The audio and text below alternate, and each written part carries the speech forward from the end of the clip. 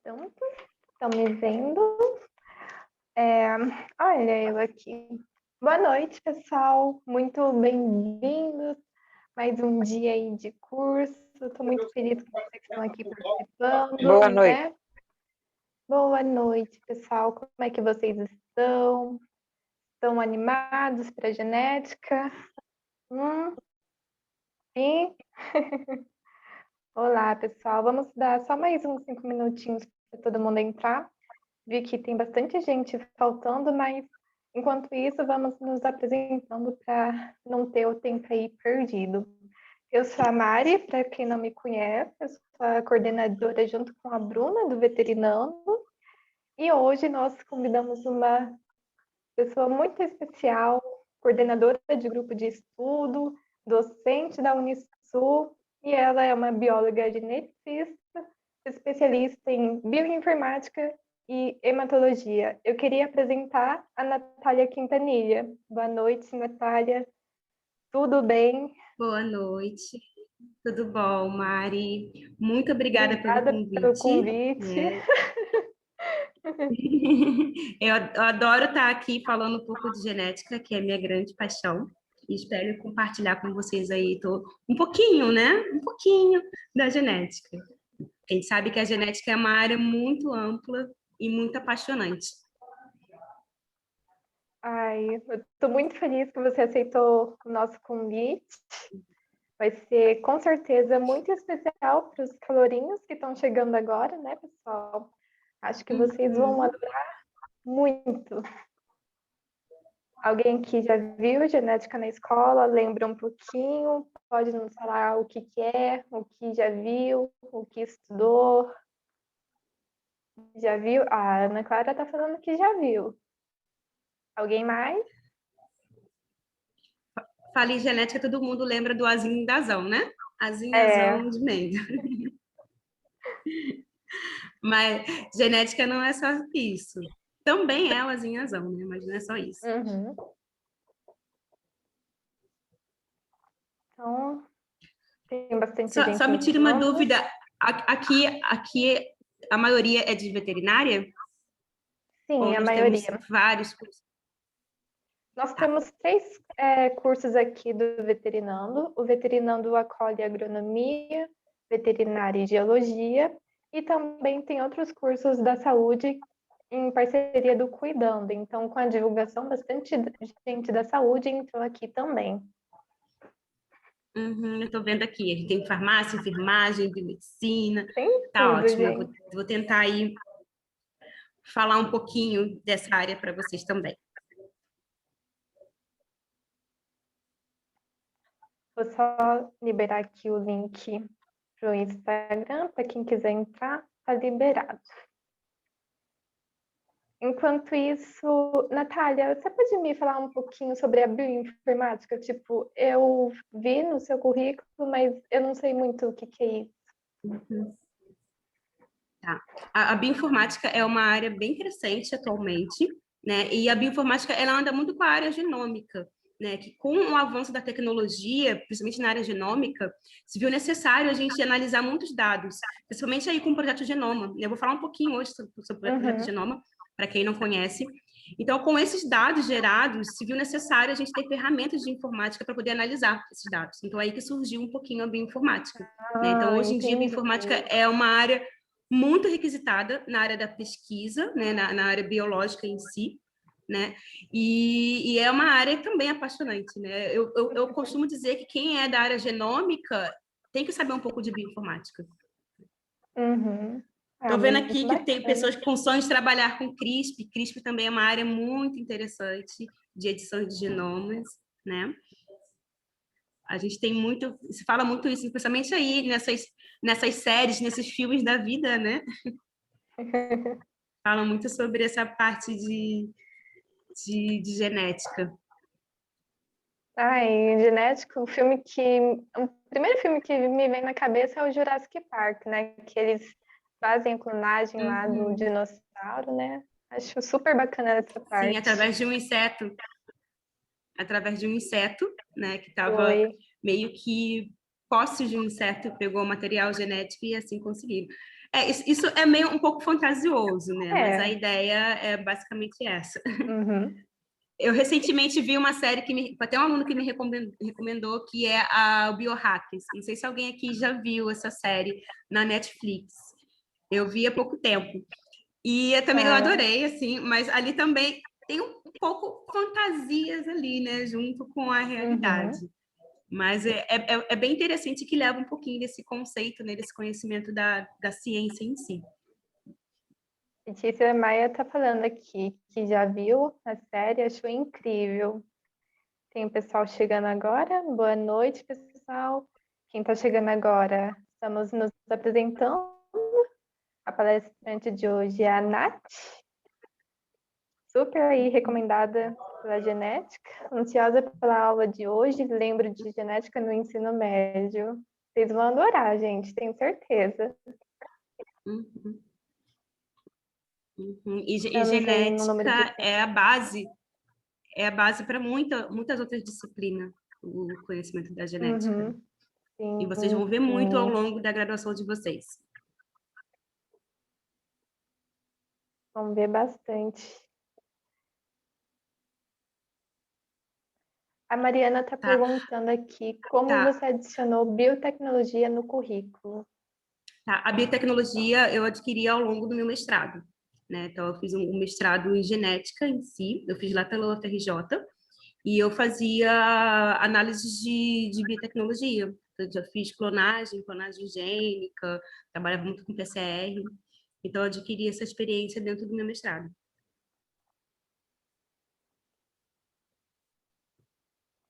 Então é isso, acho que temos um número razoável aqui. Acho que podemos começar, Nath. Tá. Eu vou interromper aqui o compartilhamento. Deixa eu só compartilhar aqui para vocês. Vocês estão conseguindo ver? Sim, estamos vendo sim. Só botar aqui na tela inicial.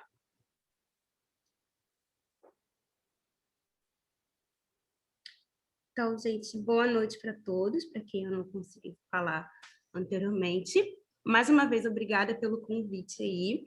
Eu sou uma pessoa apaixonada pela ciência e falar sobre ciência, principalmente sobre genética, para mim é um prazer, né? Só falando que o meu intuito como docente, quando entrei na área de docência, era transmitir a ciência para todos, que eu acho lindo, né? Eu sou bióloga de formação, então eu sou uma pessoa apaixonada pela biologia, pela vida em si. Então, a minha missão aqui na Terra é essa, é levar a ciência para todos. E espero aí que, com um pouquinho da genética que a gente vai discutir aqui, eu possa tocar um pouco vocês aí e levar um pouco desse conhecimento, dessa paixão. Tá? Como eu falei, eu sou bióloga de formação, bióloga geneticista, também sou especialista em hematologia e bioinformática e também atuo na área de oncologia, né? E eu quero que hoje aqui, uma nossa conversa, né, que para mim é uma conversa, não é uma aula, a gente possa aí trocar um pouco de informação, tá? Então fiquem bem à vontade, eu vou estar com o chat aberto aqui, tá? Para ver a pergunta de vocês, se quiserem interromper para tirar dúvidas. Então fiquem bem à vontade aqui para deixar a aula bem fluida, tá bom? Então, vamos lá. Então, o que eu planejei para hoje, né? Como a gente tem pouco tempo, a genética, como eu falei, ela é bem ampla, então eu separei alguns pontos importantes para a gente discutir. Então, primeiro eles vão falar um pouquinho sobre a importância do estudo da genética, depois eu vou tentar conceituar para vocês aí a genética clássica da genética moderna, né? Que é uma dúvida que muita gente tem em relação a esses dois tipos de genética, e relembrar um pouco dos conceitos básicos de genética. Conceitos básicos que eu falo, aqueles conceitos que a gente adquire lá no ensino médio, né? Eu costumo dizer lá na tia Teteia, né? A tia Teteia é a tia do ensino médio.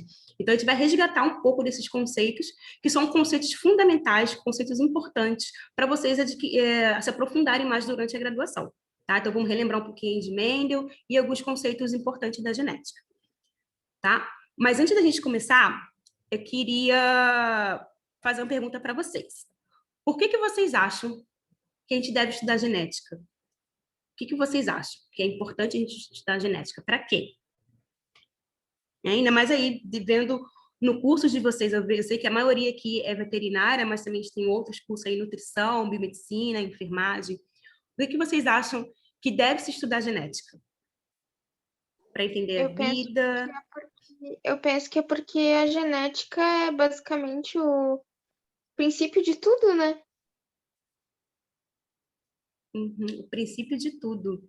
Sim, a genética, ela explica muita coisa. Principalmente quando a gente fala, associa com doenças, né? A genética tem explicado muitas doenças. Antigamente, eu sempre gosto de falar isso. Antigamente, a gente escolhia a área da genética por gosto. Era realmente uma escolha, né? Eu, na minha época, quando eu optei por genética, foi uma escolha. Hoje, eu vejo que estudar genética é uma necessidade. Com o avanço da tecnologia, você até mesmo essa série que a gente citou aí, o Biohackers, ele mostra um pouquinho como que é essa revolução da genética. Então, hoje eu vejo que é uma necessidade a gente entender genética, a gente estudar genética. Daqui a algum tempo, eu sei que vai ser uma obrigação. A gente vai ser obrigado a entender de genética, pela a evolução que a genética está trazendo no nosso dia a dia. E eu vou falar um pouco isso com vocês hoje, tá? Então, vejam isso, vejam a genética independente do curso. Toda a área de saúde e também a área da veterinária, é importante a gente entender de genética, certo? E eu trouxe aqui algumas áreas importantes, né, para a genética, um pouquinho aí da área de vocês. Então, uma delas é aqui o estudo de herança e de variação, né? Então, a gente entender essa variedade de formas de vida, como explicar aqui, quando a gente vê aqui no nosso reino animal, como é lindo, né? O reino animal, porque existe espécies diferentes, e cada espécie aqui, ó, de uma estrutura diferente. Por que isso existe? A genética explica um pouco isso, né? Essa variedade, essa grande variedade de formas de vida, certo? Também, aqui, já um pouco entrando na veterinária, o estudo de raças, né? Então, tem muitos veterinários que estudam exatamente a raça, aquela raça pura, pedigree. Então, hoje em dia, a gente faz muito teste genético para isso, né? Para saber se realmente aquele animal ele tem uma raça pura. Então, é importante a gente entender de genética para a gente estudar as raças. Outra área também aqui, ó, a paternidade, né? Então, a paternidade também, para a gente entender aí quem é o pai, se aquele filhotinho pertence a tal família. Isso também é importante, até para estudar algumas doenças, né? Doenças genéticas, tem que saber aí se tem alguma paternidade, algum parentesco próximo. Então, a genética também, ela explica um pouco isso. Tem uma área também muito interessante da veterinária, que a gente tem que aplicar bastante conhecimento de genética, é a sexagem de aves, né? Que a gente sabe que as aves, a gente não consegue distinguir sexo, apenas olhando a morfologia das aves, então a gente faz algum teste genético para poder saber aí qual é o sexo, qual é o macho, qual é a fêmea. Outra área também que eu acho extremamente importante e interessante na atualidade é o melhoramento genético animal, né? Tem alguém que falou aí de CRISPR, né? A gente usa muito CRISPR para isso também, né? Para edição de genomas. Então, aí no agronegócio, também a gente tem muito conhecimento de genético para a gente poder aplicar.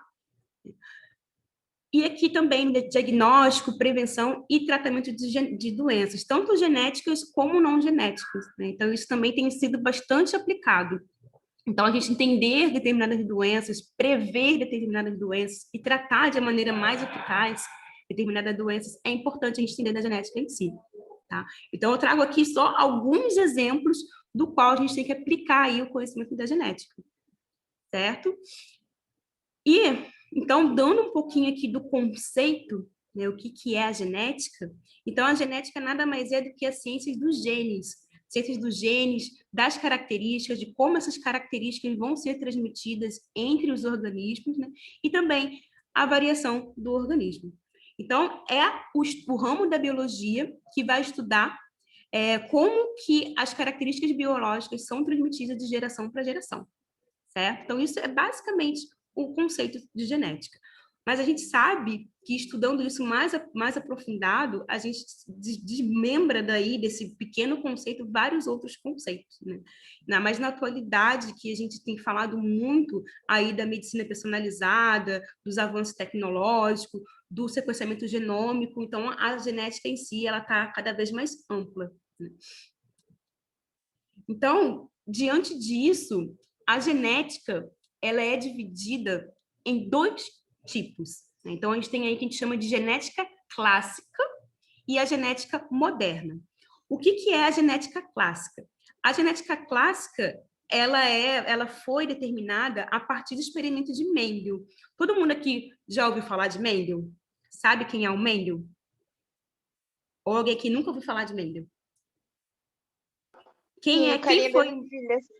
É o carinha das ervilhas, justamente. É o carinha das ervilhas. Então, Mendel, em seus experimentos com a ervilha, ele descobriu aí que existia alguma força que fazia que as características eram transmitidas de geração para geração.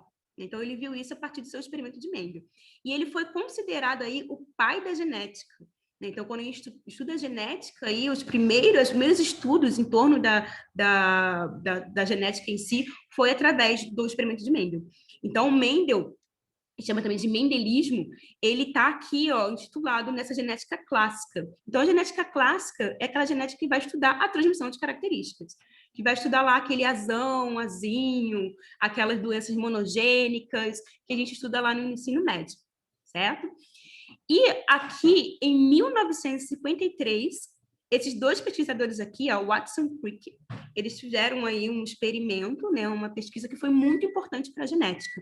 Alguém aqui já ouviu falar do experimento de Watson Crick? Sabe o que se trata? Sim ou não? Isso, Caroline, desculpa. Então, Watson Crick, né, e outra pesquisadora que é muito aí, não é muito falada, mas a Rosaline, a gente tem que falar dela, porque ela também participou dessa pesquisa, né, desse marco histórico na genética, que descreveram a estrutura do DNA. Tá? Então, em 1953, bem depois aí de Mendel, né, esses pesquisadores descreveram a estrutura do DNA. Então, a partir daí, deu a genética moderna. Então, a genética moderna, também chamada de genética molecular, é a genética do qual a gente estuda a estrutura genética, que pode estudar DNA, estuda RNA e as proteínas em si. Tá? Então, a genética ela é dividida nessas duas classificações. Então, genética clássica ou genética básica é a genética do mendelismo, né? A genética que estuda lá o azão, o azinho, e a genética moderna ou genética molecular é a genética que a gente estuda a molécula em si. Quando a gente estuda genes, quando a gente estuda DNA, RNA, transcrição, tradução, enfim. Tá? Então, geralmente, quando a gente estuda durante a graduação, a gente estuda ela em disciplina separada. Então, estuda a genética básica, né, que é o mendelismo, e depois a genética molecular, já que é lá o DNA, a replicação, a transcrição, a tradução, enfim. Certo? Então, eu trouxe aqui para vocês um pouco dessa cronologia da genética. Então, como eu falei aqui, em 1866, a gente tem aqui o George Mendel, né, com seu experimento das ervilhas, que foi considerado aí o pai da genética. Um fato bem interessante em relação ao Mendel, que ele não curtiu a fama dele de pai da genética, né? Porque o Mendel morreu sem ter os seus estudos reconhecidos. Então, ele foi reconhecido como pai da genética após a sua morte, né? Que depois resgataram os estudos deles, porque ele era considerado como louco para sua época, né? Todo mundo meio que torcia a cara para o experimento de Mendel. Então, só anos depois de sua morte que resgataram o experimento de Mendel e assim reconheceram ele aí como o pai da genética. Então, eu costumo dizer que ele levou a fama sem deitar na cama, né? Ele não conseguiu curtir a fama dele de pai da genética. Mas foi aí um marco para a genética. Então, sempre que eu estudo genética, a gente sempre vai falar sobre Mendel. E com aí passar, né, como eu falei aqui, ó, o Watson e Crick, em 53, né, que descreveram aí a estrutura da dupla hélice do DNA, e a partir aqui do experimento de Watson e Crick, surgiram vários outros experimentos, várias outras pesquisas em torno da genética molecular.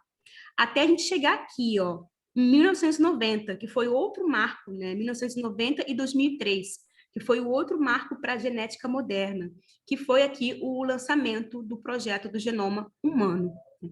Vocês sabem o que é o projeto Genoma? Alguém aqui tem noção do que é isso? Sim ou não? Já ouviu falar? Assim a gente vê como a gente está velha, né? Porque eu me lembro do projeto Genoma quando anunciou no Fantástico, assim, notícias bem de que aquela reportagem de capa do Fantástico. A gente falou que do projeto Genoma, vê como estou entregando a minha idade aqui. Né? Então, o projeto Genoma humano nada mais é do que a descrição de toda a sequência nucleotídica do nosso genoma.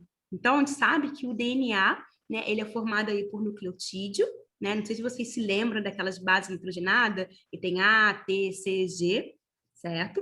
Então, isso são os nucleotídeos que formam o DNA. E o Projeto Genoma nada mais é do que um projeto que sequenciou. Então, hoje em dia, a gente tem a sequência de todos os nossos nucleotídeos. Então, a gente sabe todo o nosso DNA, né? A descrição de todo o nosso DNA. E isso foi importante para a época, porque com esse projeto, se tinha em mente, né, que a gente pensava, tá, muitas doenças aí têm esse teor genético, muitas doenças aí têm essa característica genética. Se a gente souber toda essa coisa nucleotídica, a gente consegue prever doenças, a gente consegue tratar melhor doenças. Então, esse era o grande pensamento na época com esse projeto Genoma. Tá? Então, o Projeto Genoma, ele teve seus dados publicados aqui entre 2001 e 2011 e foi um grande marco para a ciência. Tá? Hoje em dia, a gente tem várias ciências que surgiram a partir do Projeto Genoma. E nós temos o genoma sequenciado de qualquer espécie de ser vivo. Tá? Só vou pedir para desligar o microfone, só para não atrapalhar. Então, por exemplo, se eu quiser saber o genoma de uma barata, eu consigo saber o genoma completo de uma barata. Quero saber o genoma de uma formiga, eu consigo saber de uma plantinha, de um capim que está ali na minha grama. Eu consigo saber o genoma desse ser vivo? Consigo. Então, hoje em dia, a gente tem genoma de qualquer espécie, qualquer ser vivo já descrito, né? E isso é bem importante. Se a gente sabe o genoma deles, e sabe todo o material genético dele, a gente consegue estudar, a gente consegue entender de doenças, entender como que é esse organismo. Tá? Então, isso foi um grande marco aí para a ciência. Certo? E como eu falei, né, a partir desse projeto Genoma, surgiu várias ciências. E não tem como eu não falar, né, sobre a medicina personalizada, que isso é uma área que eu atuo bastante atualmente, né, a medicina personalizada, que nada mais é do que, através do nosso DNA, a gente conseguir tratamentos. Vou falar de maneira bem superficial, tá? Para vocês entenderem. Vou dar um exemplo para vocês. Quem aqui tem aquela amiga que come, a Magali da vida?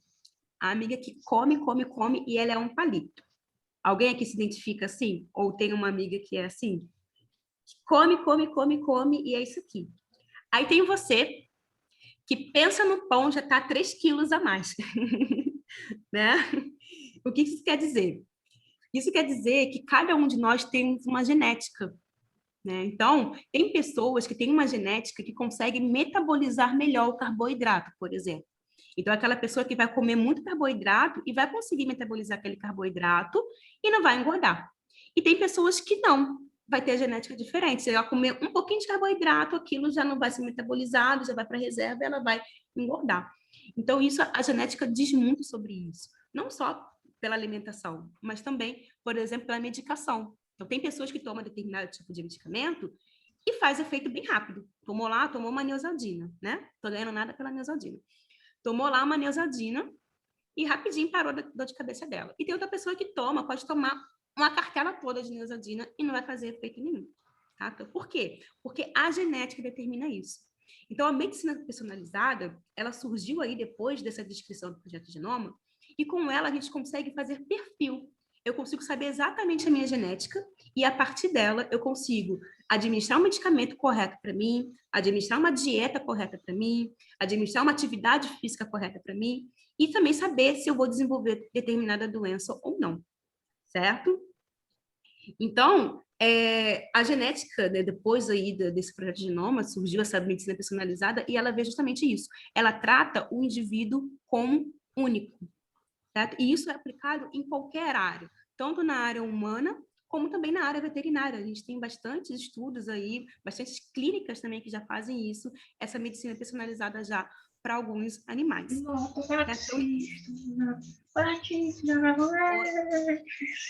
Alguém está com o microfone ligado. Eu só vou pedir para desligar um pouquinho. Então, assim, é bem interessante essa área, né?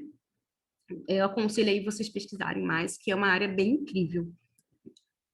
Tá? Então, como eu falei, aí a medicina genômica ela surgiu para isso, né? A medicina genômica ela envolve tanto essa área da medicina personalizada, como também a área da medicina de precisão, né, a medicina é preditiva, então eu também consigo prever se, através da minha genética, se eu vou ter tendência a desenvolver determinado tipo de doenças. Então, isso aí também é uma grande revolução. Certo? Então, falando aqui, eu acho que já fecharam o microfone, gente. Então, como eu falei aqui, né, o Projeto Genoma é o projeto que mapeou todos os nossos genes, e, na verdade, o Projeto Genoma, ele não é só humano, então a gente tem aí o genoma sequenciado de qualquer espécie, tá? Eu consigo ter acesso a isso em banco de dados online gratuito, se eu quiser lá, assim, eu quero saber o genoma completo do cachorro chihuahua. Eu posso ir lá buscar no banco de dados, eu tenho todo o genoma completo dessa espécie. Então, é bem interessante ter essa informação. Isso é bioinformática, né? A Mari perguntou um pouquinho sobre a bioinformática. Então, a bioinformática, ela analisa um pouco esses dados, né, esse banco de dados. E, se quiser, depois, em outra oportunidade, eu passo isso para vocês, como vocês podem acessar. Então, como eu falei, com o Projeto Genoma, né, surgiu aí várias ciências ômicas. Então, hoje em dia, a gente está aqui, ó, nas ciências ômicas, que é a genômica, a metabolômica e todas as ômicas que envolvem, né? Então, foi bem importante, foi um marco muito importante para a área da genética, esse mapeamento do genoma. Certo? Beleza? Tranquilo até aqui, gente? Essa pequena introdução sobre a importância da genética. Tranquilo. Tá, então vamos falar um pouquinho agora sobre os conceitos básicos da genética em si, né? Os conceitos que a gente tem que ter em mente quando a gente estuda a genética. Um deles que eu quero saber de vocês é o que é um gene? Hein? Um trecho do é um DNA? gene? Correto. Que faz o quê? Uma proteína. Muito bem. Então, um gene nada mais é do que um pedacinho do DNA que vai formar uma proteína. Isso que é um gene, né? A gente tem aqui, que a gente chama de dogma central da biologia molecular, que é justamente isso aqui, ó. Um gene, que é um trecho de DNA, vai gerar um RNA, que a gente chama aí de RNA mensageiro, para depois gerar uma proteína. Então, isso que é um gene. Né? Quando eu falo assim, o gene tal está alterado, o gene tal tá super expresso. Então, quando a gente fala a palavra gene, nada mais é do que um pedacinho do DNA que vai formar uma proteína. Certo? Então, por exemplo, vou falar uma proteína, a hemoglobina. A hemoglobina, ela é uma proteína, né? Uma proteína que está presente numa célula do sangue, que tem a função aí de transportar o oxigênio. Tá? Então, a hemoglobina é uma proteína que tem um gene. Eu tenho um gene da hemoglobina, certo? Então, por exemplo, se eu alterar esse gene, né? Se eu lá, lembrando que DNA, ele é aqui nucleotídeo, se eu alterar esse gene, eu posso alterar a hemoglobina, tá? Eu posso alterar a proteína. Vou dar um exemplo para vocês aqui. A gente tem uma doença chamada de anemia falciforme. Não sei se já ouviram falar de anemia falciforme. Já ouviram falar? Sim. Sim ou não? Sim. Então, a anemia falciforme é uma doença que essa hemoglobina, essa proteína, ela está alterada. Então, tem uma mutação no DNA que vai lá alterar a proteína. E a proteína, ela vai ficar ali diferente, não vai fazer a função dela. Aí que vai caracterizar aí a anemia falciforme em si. Certo? Então, é bem importante a gente ter isso em mente, que gene é um pedaço de DNA que vai formar a proteína. Se eu alterar um gene, eu posso alterar a proteína. Certo? Então, toda proteína, ela vem de um gene. Certo? Vocês estão falando aqui do macete do Agnaldo Timóteo, né? Para vocês saberem aí a sequência de DNA. Isso é bem Enem, hein, gente? Isso é bem macetinho do Enem. Então, falando aqui um pouquinho, né, sobre o DNA, né? Então, o DNA, como eu falei, ele é formado aqui, que a gente chama de nucleotídeo, né? Então, a gente tem aqui a adenina, a guanina, a timina e a citosina, né? Então, o DNA é formado por cadeias de nucleotídeo, né, que formam uma fita de ácido nucleico, e o DNA, na verdade, são duas fitinhas, né, que a gente chama aqui de dupla hélice, certo? Então, o DNA nada mais é do que uma estrutura química. Se a gente olhar o nucleotídeo, ele é molécula química em si, né? Fosfato, a pentose e a base nitrogenada. Então, o DNA, ele é estrutura química. Sendo que o DNA, né, que é bem importante aí, como a gente já falou, ó, o DNA ele vai carregar a informação de formar proteína. Então, ele é aí uma molécula bem importante para a célula. A gente sabe que proteína é aí a molécula funcional da célula. Tudo na nossa célula, nosso organismo, ele é proteína, tá? O nosso cabelo é proteína, a nossa pele tem proteína, tudo tem proteína. Então, proteína é uma molécula bem importante. E como eu falei, a proteína vem do gene, vem do DNA. Então, o DNA ele vai carregar essa informação aí importante para produzir proteína. Então, a gente tem que proteger bem esse DNA, certo? Tem que deixar ele bem protegidinho. E esse DNA, né, aí no nas nossas células, né, como nós somos seres eucariotos, está dentro de um núcleo protegido, certo? Sendo que uma coisa bem importante para a gente revisar aqui, né?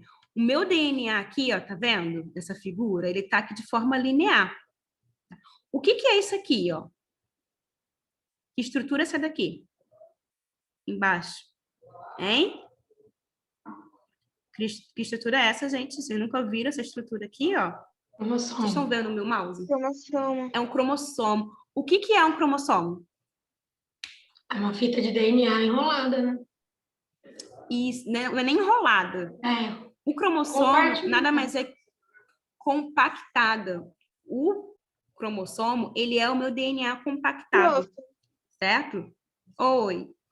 Não é certo dizer que ela é condensada? Também é condensada ou compactada. Dá no mesmo. Dá no mesmo, tá? Então, aqui, ó, o nosso DNA, né, que aqui de forma linear, ele vai ser aqui condensado ou compactado, né? Primeiro aqui por proteínas chamadas de histonas, né? Para depois ele ser totalmente enovelado, condensado. Então, o cromossomo, ele é um nível máximo de compactação ou condensação do meu DNA. Então, se eu pegar um cromossomo e puxar ele assim, ó, eu vou, no fim, visualizar o meu DNA assim linear, certo? Mas uma coisa importante, ó, aqui, ó, tem pedaços que são gene. Certo? Então, vocês estão vendo que eu estou rabiscando aqui? Vocês estão conseguindo ver que eu estou rabiscando aqui a tela? Está aparecendo para vocês? Tá. Então, a gente sabe que aqui, ó, tem vários genes, certo? Então, quando eu condenso o cromossomo, ele vai ficar aqui em linhas. Então, cada linhazinha eu consigo ali saber que tem um gene naquele cromossomo. Isso, Maria Júlia. Então, ó, a histona, que são proteínas, né? Não é só uma proteína, são um grupo de proteína. O DNA vai ser envolvido nela, certo? Em cada histona formando essa estruturazinha aqui, ó. Que a gente chama isso aqui de nucleossomo. Este nucleossomo, como se fosse uma bolinha, um cordão de botãozinho, né? De pérolazinhas, eles vão embolar, enovelar, formando essa estrutura aqui, ó. E isso vai se condensando mais até formar o cromossomo. Tá? Então, o cromossomo nada mais é que o DNA compactado. Certo? Isso mesmo, colar de pérolas. Por que eu falo isso? Porque quando a gente estuda gene, a gente estuda a nível de cromossomo. Então, eu estudo lá o gene da hemoglobina. Né? Eu sei exatamente o cromossomo que esse gene que está presente. Então, quando estuda gene, a gente estuda geralmente os genes presentes em cada cromossomo. Então, por isso é importante a gente entender de cromossomo. Gente, peraí que eu abri um negócio aqui. Foi. Certo? Então, entender de cromossomo também é importante quando a gente fala de genética. Né? Então, cromossomo nada mais é do que o DNA compactado. Tá? E quando a gente fala de nós, Homo sapiens, quantos cromossomos nós temos mesmo? Vamos ver se vocês se lembram disso, da escola. Quanto cromossomo nós temos? 23. Nós temos só 23 cromossomos? Não, do 23 pares, né? Há 23 pares ou 46 cromossomos, né? Isso vocês se lembram, certo? Então, nós temos 23 pares, né? E, como eu falei aqui, ó, o cromossomo, isso aqui é uma cromátide, né? cada linha dessa daqui, ó, cada regiãozinha, eu sei que vai estar um gene presente, né? Então, o gene é o quê? Se eu esticar esse cromossomo, vai ficar linear e eu vou ter regiãozinhas que são genes para formar proteína, certo? Isso aqui é o que a gente chama de cariótipo, que é como se fosse a fotografia dos nossos cromossomos. Então, a gente vê aqui bonitinho, ó, cromossomo 1, tá? Esse aqui, ó, são cromossomos que a gente chama de par. Alguém se lembra o nome de cromossomo como eles são em pares? Vocês se lembram? Isso bem em revisão, gente. Tia Teteia. Não é cromática de Homólogos? irmãs? Algo assim? Oi? Não é cromátides irmãs? Tipo, algo assim, eu não lembro ao certo. Sim, cromátides irmãs são essas daqui, ó. Cromátides irmãs quando ela está duplicada. São cromátides irmãs quando elas vão fazer lá a divisão da mitose ou meiose, né? A gente chama de cromossomos homólogos, tá? Por que cromossomos homólogos? Ana Cláudia, eu já falo telômeros para você, tá? Por que cromossomos homólogos? Porque esse aqui, ó, a gente herdou do papai e esse aqui a gente herdou da mamãe, tá? Por isso são homólogos. A gente tem pares dos nossos cromossomos. Então, eles são iguais. Iguais em quê? Em regiões de gene. Então, aqui, se eu tenho aqui, o gene que codifica a cor do olho vai estar aqui. E aqui também vai estar no cromossomo do herdeiro da minha mãe. Eu posso ter aí alelos diferentes, que eu já vou falar o que é alelos. Eu posso ter num cromossomo um alelo que vai codificar uma cor do olho e o outro não vai codificar a cor do olho. Então, eu posso ter alelos diferentes entre cromossomos homólogos, mas os genes vão ser os mesmos, tá? Então, aqui são os cromossomos homólogos. Então, a gente tem aqui 22 pares, que eu já vou falar isso mais para frente, de cromossomos autossômico e um par de cromossomo sexual. Certo? Olhando esse cariótipo aqui, esse cariótipo é de um homem ou de uma mulher? Hein? Homem, Por quê? porque ele é XY. Por causa do XY. Muito bem. Então, se fosse XX, seria a mulher. Certo? Então, vou voltar ali que a colega falou dos telômeros. Gente, os telômeros, eles são as regiões das extremidades dos cromossomos, tá? Toda vez que uma célula se divide, então lembrando, o cromossomo é a estrutura física do material genético, né? Que é quando o DNA está compactado, e ele só vai ficar assim quando a célula vai se dividir. E eu não vou entrar aqui em muito detalhe, senão vai ter outra aula para falar para vocês sobre divisão celular, mas durante a divisão celular, toda vez que uma célula se divide, ela perde um pedacinho do DNA, tá? Isso se dá quando ela faz a replicação da fita descontínua, bom? Então, toda vez que uma célula se divide, ela perde um pedacinho do DNA. Então, eu falei para vocês, DNA tem informação gênica, de gene, para formar proteína. Se eu for perder DNA, eu vou perder informação gênica, certo?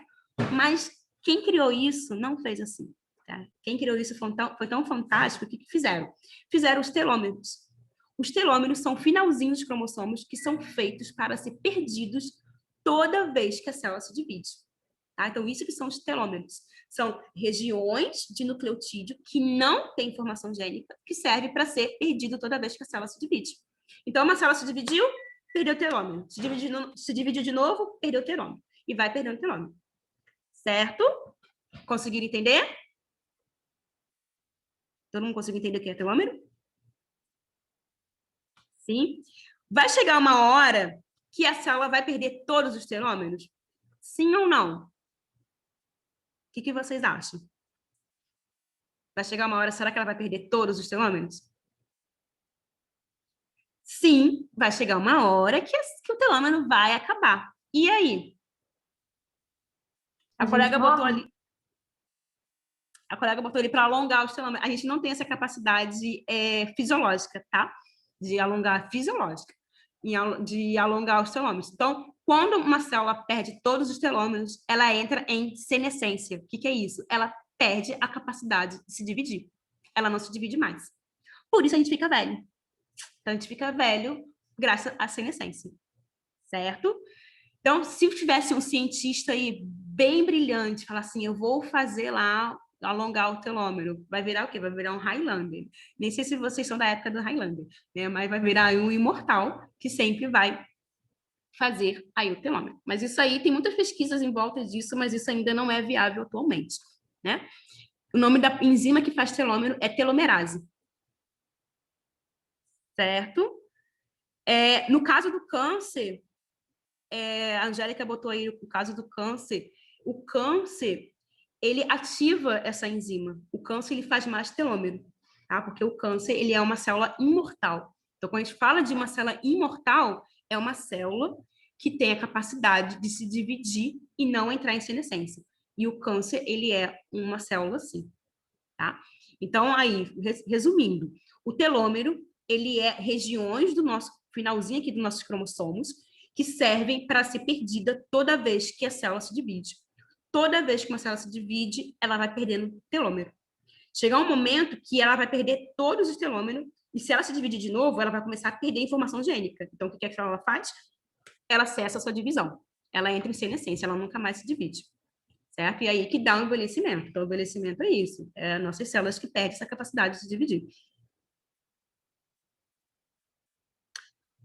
Não falo isso, Mariana. Não falo isso porque não é só isso que o câncer faz, tá? Isso é uma característica dele de evitar aí a senescência, tá? Mas tem outras características do câncer que, por isso que eu não vou dizer que ela pode ser uma fonte de ficar jovenzinhos. Mas a telomerase em si, tem vários estudos dentro da telomerase que estuda para isso, para tentar aí dar essas novas vidas. Certo? Então, seria falar de câncer comigo também, gente, é outro assunto, tá? É outra palestra falar de câncer comigo, porque eu amo falar de câncer. Certo? Então, todo mundo entendeu o que é o telômero? Ô, prof. Então, voltando aqui, pode falar. Ali você estava falando dos pares de cromossomos, né? Os cromossomos sexuais X e Y ou XX não contam nesses pares?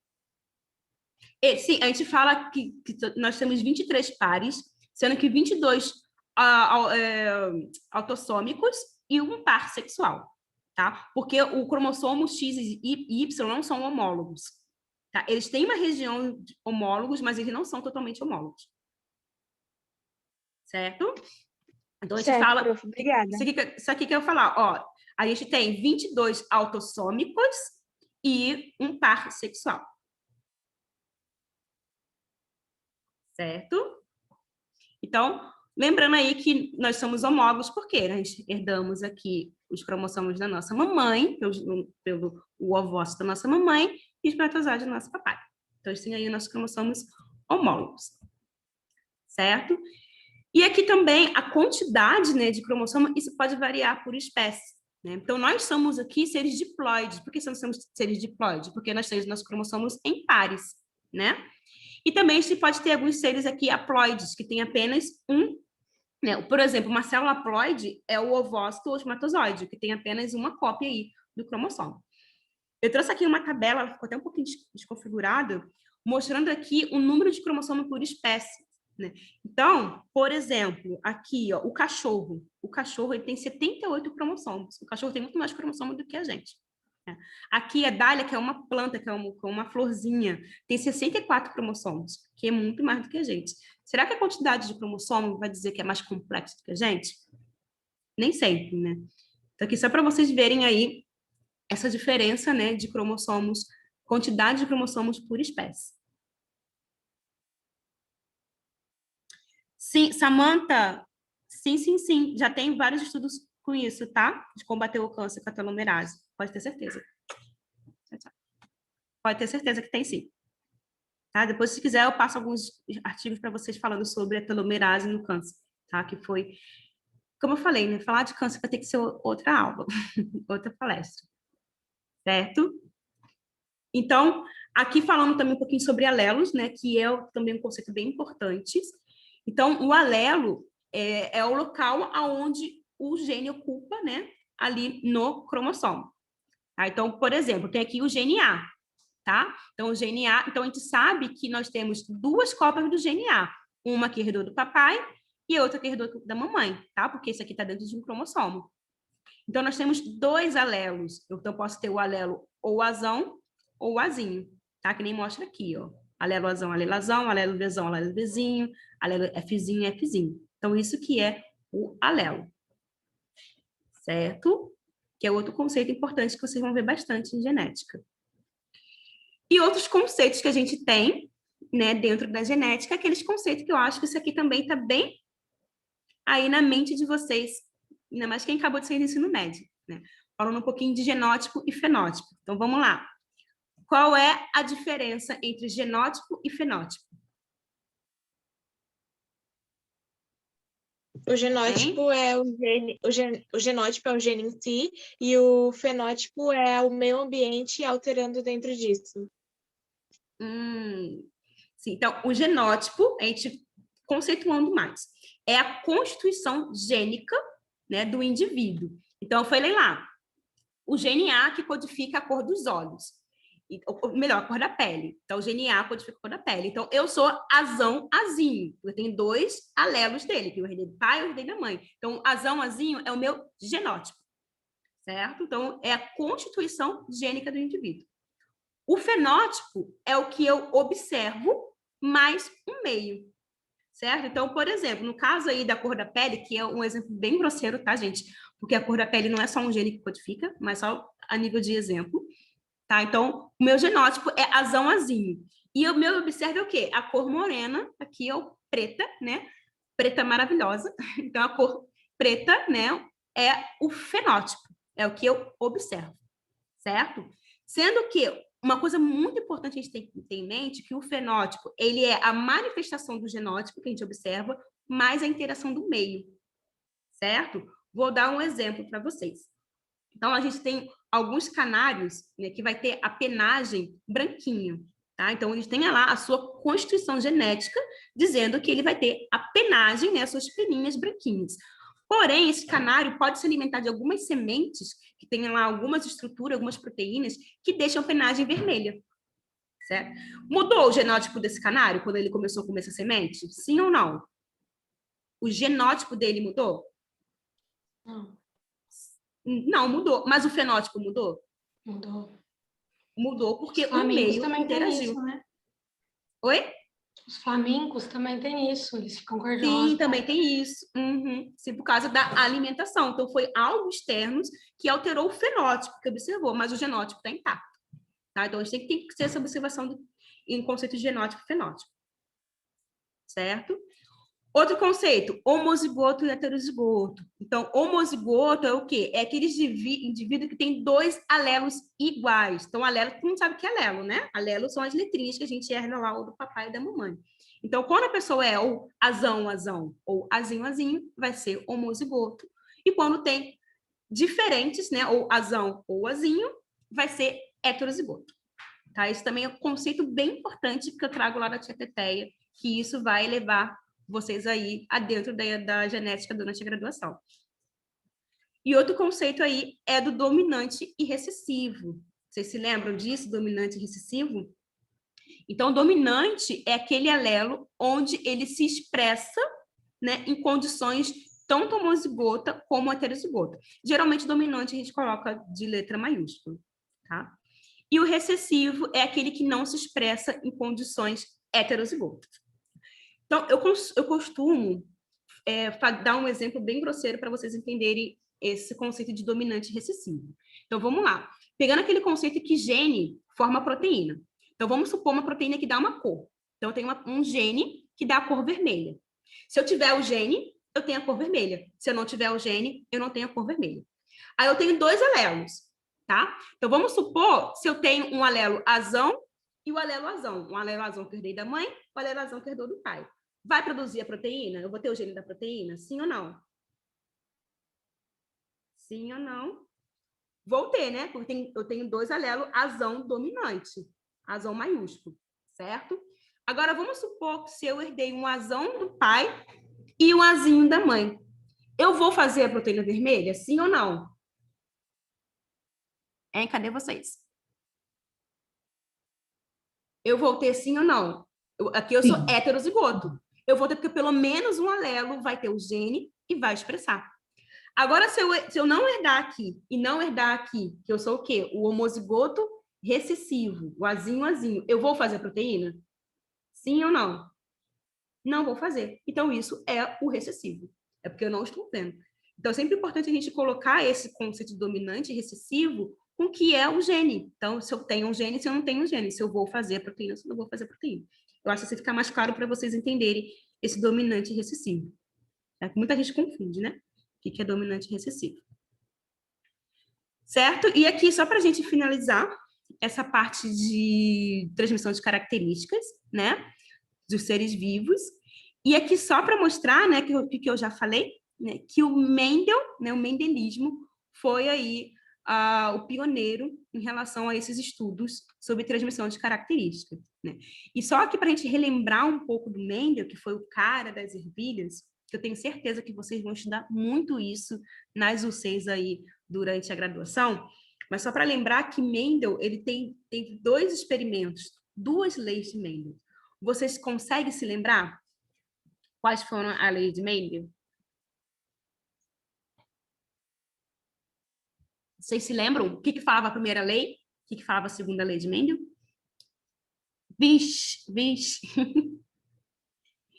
Então, a primeira lei de Mendel, né, o que Mendel queria explicar? Ele queria explicar a transmissão de característica. Então, na primeira lei, o que ele fez? Ele pegou uma característica só, que foi lá a cor da florzinha. Então, ele tem florzinha branquinha e florzinha púrpura, que a gente mostra aqui na figura. Ó. Então, só uma característica, que foi o quê? Cor da flor. Tá? Então, ele primeiro pegou aqui, ó, as florzinhas pura o quê? Homozigoto dominante e homozigoto recessivo, e cruzou. Tá? Eu costumo dizer que Mendel não tinha nada para fazer, né? Então, o que ele fez? Vou pegar essas florzinhas aqui e vou cruzar para ver o que dá. Então, ele aqui cruzou e ele viu que toda a prole dessa florzinha aqui, ó, deu todo mundo roxinha. Aí o Mendel ficou intrigado. Falou, não, vou fazer de novo. Pegou lá a florzinha roxinha, florzinha branquinha, cruzou e viu que todo mundo nasceu roxinho. Certo? Eu também não mataria o Mendel, não. Se não fosse Mendel, eu não seria uma geneticista hoje, né? Então, aqui, o que o Mendel fez? Ele pegou essa prole aqui, ó, e autofecundou. Né? Quando autofecundou, ele viu que, além de nascer as purpurazinhas, nasceu uma branquinha. Aí isso deixou ele mais intrigado. Ele falou, por que aqui não nasceu a branquinha e aqui, só no outro autofecundamento ali, teve essa branquinha? Então, com isso, ele começou a se questionar e a determinar que existia alguma coisa, uma força, que fazia com que as características passassem de geração para geração e algumas delas pulassem de geração. Né? Mendel não sabia o que era DNA. Eu costumo dizer isso. Vocês, hoje aqui, sabem muito mais do que Mendel na época dele. Porque vocês sabem que o que acontece aqui são os genes, né? São os genes, as características genéticas. Vocês sabem muito mais de Mendel naquela época. Porque naquela época não tinha nem sido descoberto o DNA. Né? Então, a primeira lei de Mendel, ele viu isso, que a gente chama de a primeira lei de monohibridismo. Então, ele viu o quê? Uma característica só.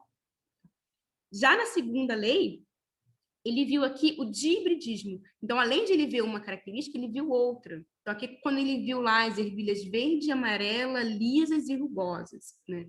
Então, ele viu aí que, além das características, né, os genes transmitirem de gerações para gerações, eles também são transmitidos de maneira independente. Então, foi basicamente isso que Mendel viu. Certo?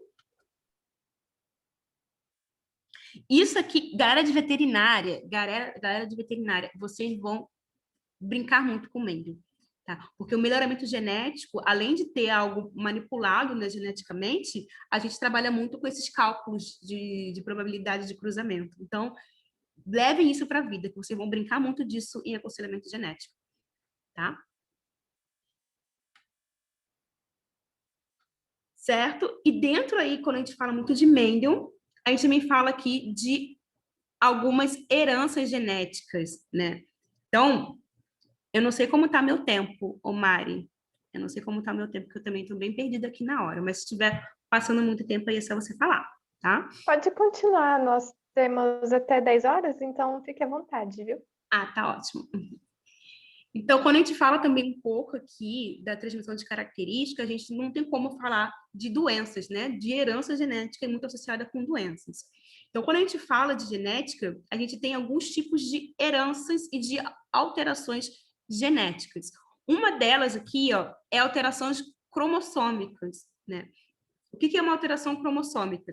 São alterações que vão alterar a nível de cromossomo. Ou eu perco todo o cromossomo, ou eu perco um pedaço do cromossomo.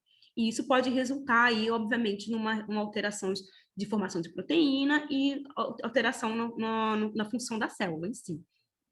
Além disso, a gente também tem aqui que a gente chama de doenças monogênicas, que aqui pega um pouco de mutação de gene. Então, o exemplo que eu dei lá da anemia falciforme. Então, a anemia falciforme é uma doença genética, né, do que eu tenho uma mutação que vai alterar um gene, que, consequentemente, vai alterar uma proteína e vai causar a doença. Certo? Então, a gente tem aí alterações que pode ser a nível de cromossomo, alteração que pode ser a nível de um gene, e também temos doenças, né, alterações, que pode ser multifatorial. O que é isso? Que é, além de ser vários genes, a gente também tem combinações aqui de fatores ambientais, né? Um grande exemplo disso, gente, é o câncer, né? Então, o câncer, ele é uma doença multifatorial, porque não é só uma mutação que a gente tem no câncer, é várias mutações, e também associado aí com fatores ambientais. Então, o câncer, a diabetes também é uma doença multifatorial, que são doenças que são bem importantes a gente estudar. E, além disso, também a gente tem doenças mitocondriais, né? Que a gente sabe que a mitocôndria, ela tem um DNA próprio, né? Então, também pode ter algumas doenças associadas aqui com a mitocôndria. Geralmente, doença associada com metabolismo, tá? Beleza? Então, como eu falei aqui, a grande maioria das heranças que a gente estuda é a herança monogênica, quando a gente tem apenas um gene alterando, ou a herança multifatoriais, combinado aí com fatores ambientais e múltiplos genes, né? Então, hoje em dia, a gente estuda muito doença multifatorial. Então, aí, o Alzheimer é um também, né? Como eu falei, o câncer, diabetes, algumas doenças metabólicas, então a gente tem bastante aí. Síndrome de Down, pode falar. Boa noite. Dá licença, deixa eu só te perguntar. Então, a gente pode falar que o câncer, o Alzheimer, são doenças metabólicas? Que estão diretamente ligadas... Não metabólicas,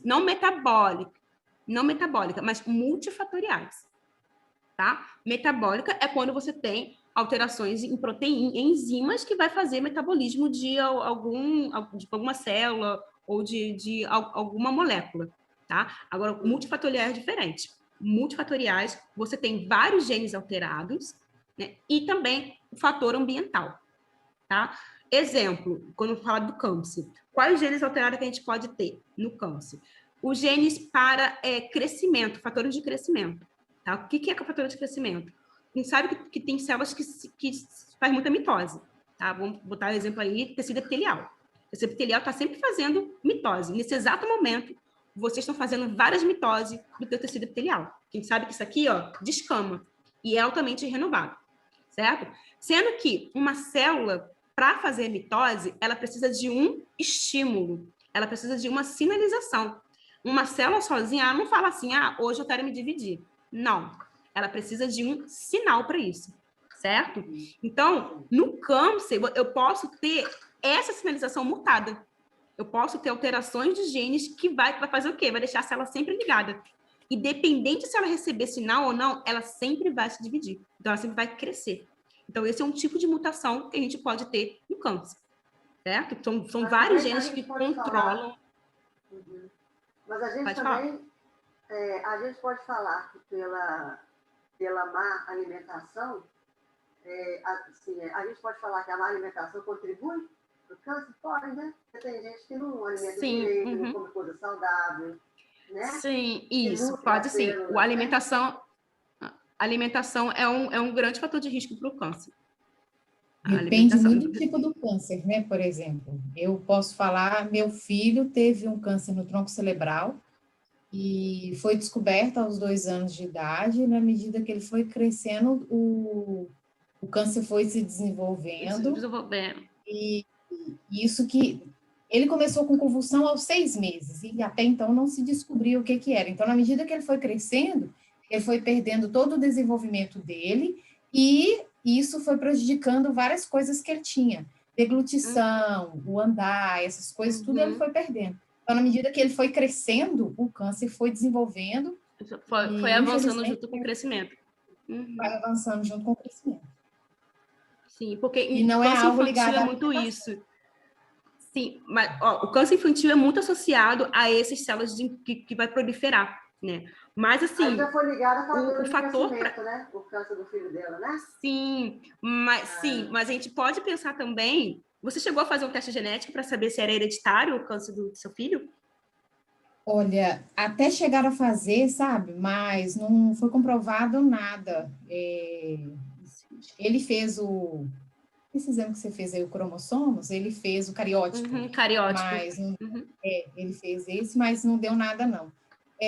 A descoberta mesmo foi através de várias ressonâncias, no início não conseguia ver, né? Mas foi com várias ressonâncias e foi no tronco cerebral. Então, assim, não tinha muito o que fazer, né? Ele até tratou com quimioterapia, com rádio, mas ele faleceu ano passado, com 3 anos e 8 meses. Ele até viveu um tempo maior, porque pelo médico ele viveria 10 meses, né? E ele acabou vivendo aí até 3 anos e 8 meses de vida e, né, tentamos levar da melhor forma possível. Sim. Mas, infelizmente, então, né, ele fez química, fez rádio, mas não teve jeito. Sim, mas tem uma coisa que também que a gente tem que ter em mente, que o nosso hábito alimentar, assim, diretamente não pode causar câncer na gente, mas pode causar câncer na nossa prole, né? Existem vários estudos demonstrando que o estilo de vida que nós mulheres levamos altera por exemplo, se eu estou grávida agora, eu levar um estilo de vida de alimentação não saudável, eu altero as gônadas da minha filha e a minha neta pode nascer com câncer. Então, assim, é uma coisa, não é assim diretamente o que eu me alimento, mas o meu estilo de vida altera os meus descendentes, certo? E isso é uma coisa que a gente tem que parar para repensar. Pelos tipos de câncer, né? Inclusive, eu trabalhei 9 anos na oncologia. E eu sei que câncer de intestino, esôfago, esses cânceres relacionados é envolvido muito a alimentação. E é um alto índice exatamente pela má alimentação da população geral hoje, como um todo. Sim. O tipo de câncer mais comum que a gente tem é o melanoma, tá? A gente tem o melanoma, tem o câncer de mama nas mulheres, que é o mais acidente, o câncer de próstata no homem, tá? Mas é muito associado a tecido proliferativo. A maioria de câncer é muito associado principalmente a tecido epitelial, né? Que é tecido que tem alta capacidade de dividir. Porque o câncer, ele vai se estabelecer... Eu tô falando de câncer, né, gente? O negócio era parada de genética, tô falando de câncer. Mas, geralmente, é tecido proliferativo. Vamos falar de genética. Outro dia eu vim falar de câncer. Tá? Então, aqui só mostrando para vocês, quando a gente fala de herança, né? Então, a herança, principalmente a monogênica, quando é de um gene só, a gente divide ela de acordo com o cromossomo onde está presente aquele gene. Então, se eu tenho lá um gene que está presente no cromossomo 3, então é uma doença monogênica autossômica, porque está no cromossomo autossômico. Eu tenho um gene que causa essa doença que está no cromossomo X, então é uma doença ligada ao sexo. Tá? Então, aqui só para a gente diferenciar, né, esses tipos de doenças, certo? Então, eu tenho aqui tanto autossômica como ligada ao X, né, ligada ao sexo, que pode ser dominante ou recessiva. Beleza? E para a gente finalizar aqui um pouquinho, gente, vou falar um pouquinho de mutação genética, né, que também é um assunto que é bastante abordado aí dentro da genética, né? O que vocês acham sobre a mutação genética? Você acha que a mutação genética é boa ou ruim? O que vocês acham? Depende. Adorei essa resposta. Depende. Depende, eu ia falar isso agora. Então, a mutação, de maneira geral, ela é ótima para a evolução, né? Nós estamos aqui graças à mutação. Se não fosse mutação, nós não estaríamos aqui. Então, ela é matéria-prima para a evolução, fonte de variabilidade, né? Então, através da mutação, existem milhões de alelos e existem milhões de espécies, né? Eu sempre gosto de botar essa figura aqui, tá? Essa figura linda, maravilhosa. Por quê? Mostra aí a variedade de espécies que a gente tem. Então, se a gente tem essa variedade de animais aqui, é graças a mutações. E tem até mesmo diferença entre a própria espécie. Então, a gente tem aqui ó, vários tipos de cachorro. Eu adorei, viu? Viva a mutação, né, meninas? Uma salva de palmas para a mutação. Mas essas mutações masculinas não aparecem para a gente, não. Tem muito tempo que eu não vejo as mutações tão bonitas assim, viu? As mutações feias, mas olha só o que a mutação nos trouxe. Benza a Deus, né? Então, a mutação, ela surgiu, né? Ela é fonte da evolução e também essa variedade, me deu até tonteira, só de ver, gente. Então, ela tem aí, na mesma espécie, a gente tem vários tipos da mesma espécie. Então, isso é graças a mutações.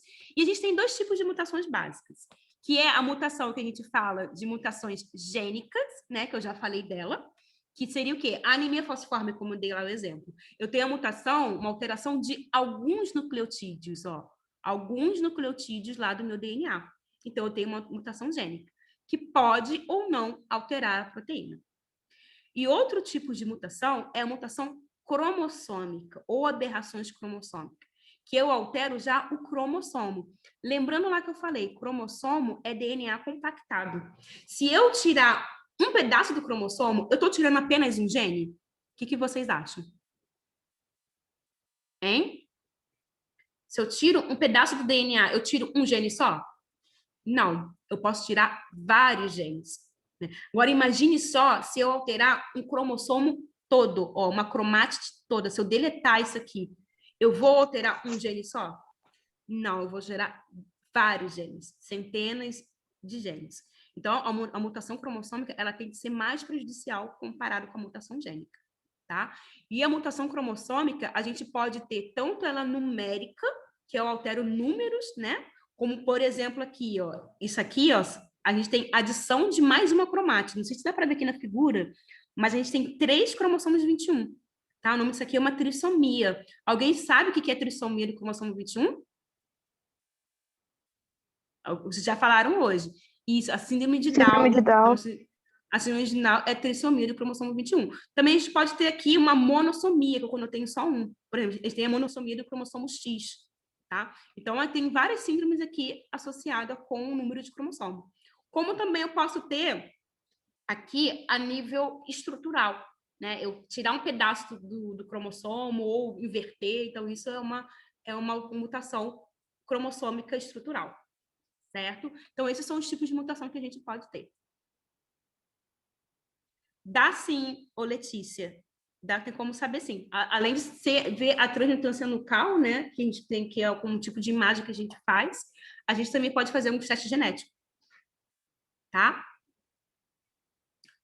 E aqui só, para a gente fazer um link aqui sobre o polimorfismo, né? Então, a gente sabe aqui, ó, a mutação gênica é quando eu altero um ou poucos nucleotídeos, e mutação cromossômica é quando eu altero a nível de cromossomo. Tá? O polimorfismo, né, ele é como se fosse uma mutação. Na verdade, a gente não considera ele uma mutação, né? Ele é uma alteração no DNA que tem uma frequência aí na população. Eu gosto muito de falar de polimorfismo porque a gente utiliza muito isso hoje em dia na medicina genômica, né? Principalmente aqui é na medicina personalizada. A gente fala muito sobre polimorfismo. Polimorfismo nada mais é do que uma alteração permanente no DNA que tem uma frequência de mais de 1% na população. Tá? Vou voltar àquele exemplo que eu falei lá no início, daquela amiga que come e não engorda, lembra?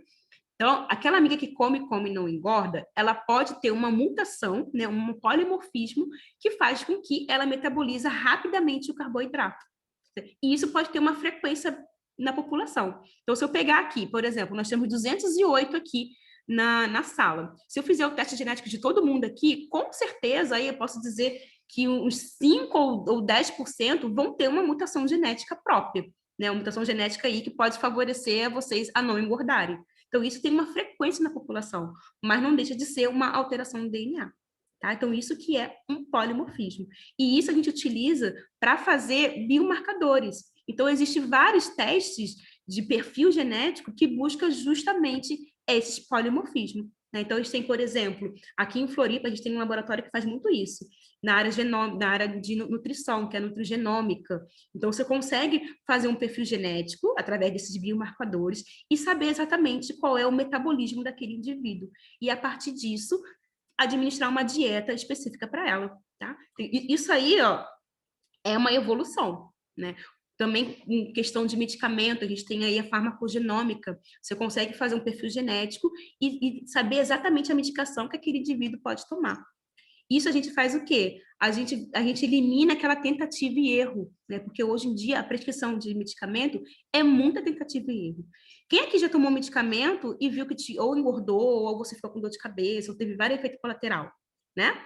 Efeitos colaterais. Então, essa medicina personalizada por biomarcadores vai eliminar essa tentativa e erro. Então, você já vai ali na sua medicação correta. E isso, assim, é aplicado em várias áreas. Em oncologia, por exemplo, isso também é bem aplicado. Você saber exatamente a sua genética frente àquele câncer, você consegue ter uma quimioterapia mais personalizada. Tá? Então, por isso eu acho bem interessante falar de polimorfismo, porque a gente vai falar de uma coisa que está muito atual. A gente fala muito sobre isso. Tá. A Camila perguntou ali onde eu procuro sobre nutrigenômica. Quem pode fazer isso? O nutricionista pode atuar na nutrigenômica, o enfermeiro também pode, o biomédico que ele também pode fazer essas análises. Então, tem alguns profissionais que só fazer, né, um curso específico de nutrigenômica que pode atuar. Certo? Então, aqui só mostrando que cada indivíduo vai ter o seu polimorfismo dentro do seu material genético. Certo? Então, aqui eu gosto muito de trazer essa foto aqui, que fala basicamente isso. Então, a gente tem aqui, ó, o genótipo, né, o gene da pessoa, que vai codificar uma proteína e vai dar o fenótipo desse indivíduo. Quando eu tenho alguns SNPs, né, eu posso alterar essa proteína e a pessoa ser aqui diferente, né? A pessoa pode ter tendência a engordar justamente por conta dos seus polimorfismos. Certo? E para a gente finalizar aqui, gente, eu trouxe só essa parte aqui para a gente falar um pouquinho sobre os testes genéticos. Na verdade, eu só citar, né? Então, eu falei bastante sobre genética, sobre essa parte básica da genética, e principalmente aí essa parte de biomarcadores. E os testes genéticos, na verdade, são a biologia molecular em si, né? Os testes moleculares, eles são feitos, né? São realizados a fim de a gente estudar ou mapear aí os genes dos indivíduos, né? Então, eu posso fazer tanto de seres humanos, como fazer de animais, como fazer de planta. Então, eu posso extrair DNA e, a partir dele, fazer análise, tá? Identificar, mapeando aí. Como também posso fazer até mesmo de micro-organismos, né? Para a gente poder identificar. Um grande exemplo aí é aí na nossa atual pandemia, né? Do coronavírus. Então, hoje em dia, a gente sabe que o diagnóstico padrão da COVID, né, da doença do COVID, é o diagnóstico do SARS-CoV-2 via PCR em tempo real.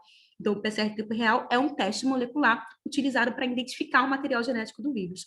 Tá? Então, esses testes genéticos são realizados para isso, para a gente identificar essas moléculas, esses DNA ou RNA, e assim estudar ou dar um diagnóstico. Então, aqui eu trouxe alguns desses testes que a gente tem, né? Então, o PCR, eu acho que todo mundo aqui já ouviu falar de PCR, né? Todo mundo aqui já ouviu falar de PCR. Porque é o que a gente mais falou na pandemia, é de PCR. Tem gente que nem sabe como que faz. Pandemia, né? Tem gente que nem sabe como que faz, né? Mas já ouviu falar porque a pandemia trouxe esse conceito, né? Esse teste aí pra gente. Né? Quem já fez PCR, botar lá o cotonetezinho no nariz, quem sofreu com isso, já sabe o que é um PCR muito bem. Né? Então, o PCR nada mais é do que uma metodologia para a gente identificar genes, né? É o que a gente é a reação da cadeia da polimerase. Então, o teste molecular que a gente utiliza, a gente faz para poder identificar algumas regiões gênicas. Outro teste que a gente tem aqui é o sequenciamento genético, né, por NGS, que também é uma metodologia bem atualizada, que a gente utiliza muito para estudar os genes.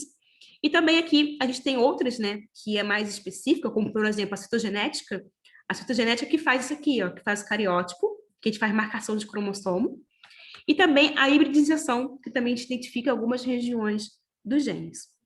tá? Então, só alguns testes moleculares, na verdade, esses dois aqui são os principais que a gente tem, que a gente utiliza aí para fazer o diagnóstico molecular, tá? Creio eu que vocês aí, durante a UC, né, a graduação de vocês, quando estiverem em genética molecular, vocês vão aprender, alguns de vocês aí vão ter oportunidade de fazer, né? Pelo menos aqui na Unisul de Floripa, a gente tem um laboratório de biologia molecular, então vocês vão ter oportunidade de fazer um PCR, né, que eu acho bem interessante aí manipular, né, entender essas técnicas, beleza?